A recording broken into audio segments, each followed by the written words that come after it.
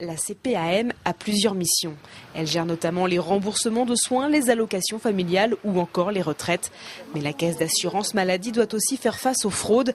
Les chiffres de 2011 ont été dévoilés cette semaine et les assureurs vendéens semblent plutôt honnêtes.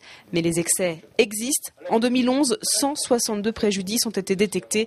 Cela représente plus de 608 000 €, un montant qui a augmenté de 13% par rapport à 2010. Mais alors, qui fraude ?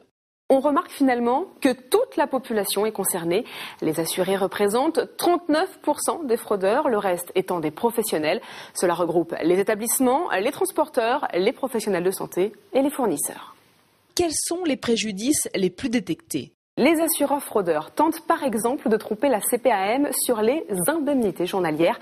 Concrètement, l'assureur prévient d'un arrêt de travail, mais dans le même temps, il développe une activité. Il perçoit alors ses indemnités, mais aussi un salaire. En 2011, tous les préjudices que vous voyez ici représentaient 32 fraudes et plus de 231 000 €.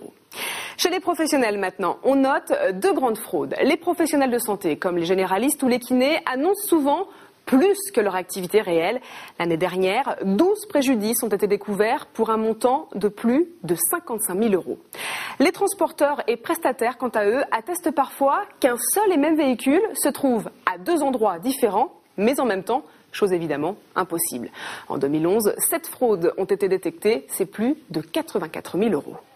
La CPAM précise toutefois qu'il existe différents fraudeurs. Il y a ceux qui le font consciemment et ceux qui ont quelque peu négligé les règles. On parlera alors de faute.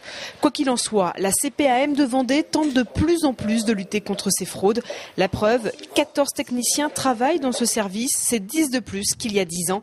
L'augmentation de ces dernières années ne signifie donc pas qu'il y a plus de préjudices, mais bien qu'il y a plus de moyens pour les détecter.